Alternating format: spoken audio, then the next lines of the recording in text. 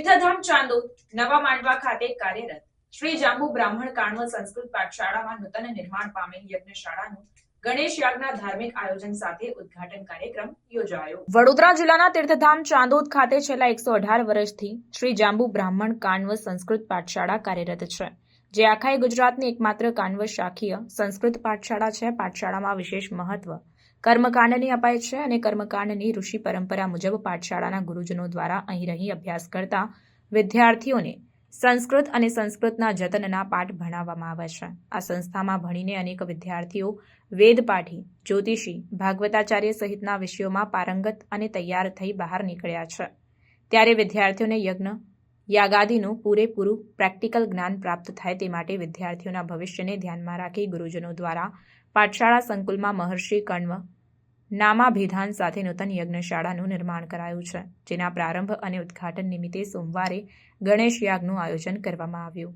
આ ધાર્મિક આયોજનમાં પાઠશાળાના પ્રમુખ, હોદ્દેદારો, પ્રાચ્ય વિદ્યાર્થીઓ, દાતાઓ સહિત નગરના અગ્રણીઓ આમંત્રિતો ઉપસ્થિત રહ્યા અને ગણેશ યાગમાં 1000 લાડુની આહુતિ આપી ગણેશજીને સર્વ મંગલ કામના કરાઈ હતી।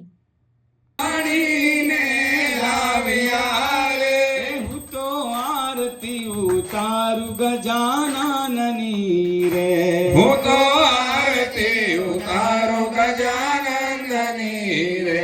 क्षीर सागर थी नारायण पधारिया रे ક્ષીર સાગર થી હું તો आरती उतारू નમો જગો સદગ્રતો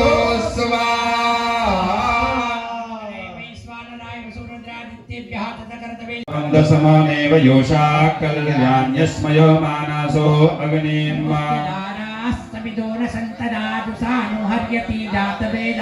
कन्या इव वहतु मे तवाउ अंजन्याना अभिचाकसीमि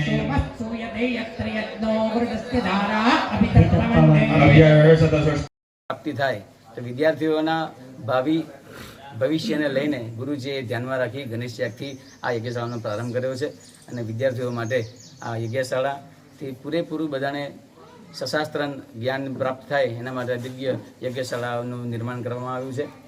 સાથે આ 2-3 દિવસ પછી જ 31 તારીખે 31 જાન્યુઆરી 2025ના દિવસે સમૂહ યજ્ઞોપવિતનું પણ આયોજન કરવામાં આવ્યું છે। એ લગભગ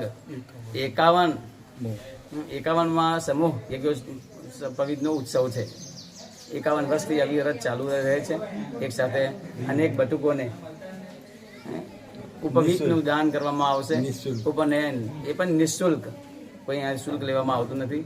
બાળકોનું યજ્ઞોપવિત સંસ્કાર યજ્ઞોપવિતમ પરમમ પવિત્રમ બલમસ્તુ તેજઃ, એક બળ પ્રદાન કરવાવાળું આ એક ઉત્તમ સંસ્કાર છે। એ સંસ્કારનું આયોજન પણ 31 તારીખે કરવામાં આવ્યું છે। આપના પણ બટુકોને ક્યારેક આ સંસ્થામાં લાભ લેવા માટે આપ સૌને પણ આમંત્રણ છે। આપ સૌ દિવ્ય આ સંસ્થાનો લાભ લઈ શકો છો, આ સંસ્થામાં જોડાઈ શકો છો। આ સંસ્થામાં ભવ્ય યજ્ઞશાળાનું પણ નિર્માણ કર્યું છે। એમાં તમને ભાવ થાય કે અમારે પણ આ યજ્ઞ કરાવવો છે તો આપ સૌ આ ચાણોદ તીર્થધામ ક્ષેત્રમાં આવેલી આ યજ્ઞશાળામાં આપ સૌ પણ યજ્ઞનું આયોજન કરી શકો છો અને એનો લાભ લઈ શકો છો। આપની સૌની તમામ વ્યવસ્થા પણ આ સંસ્થા દ્વારા કરવામાં તમને આવશે। જય શ્રી કૃષ્ણ।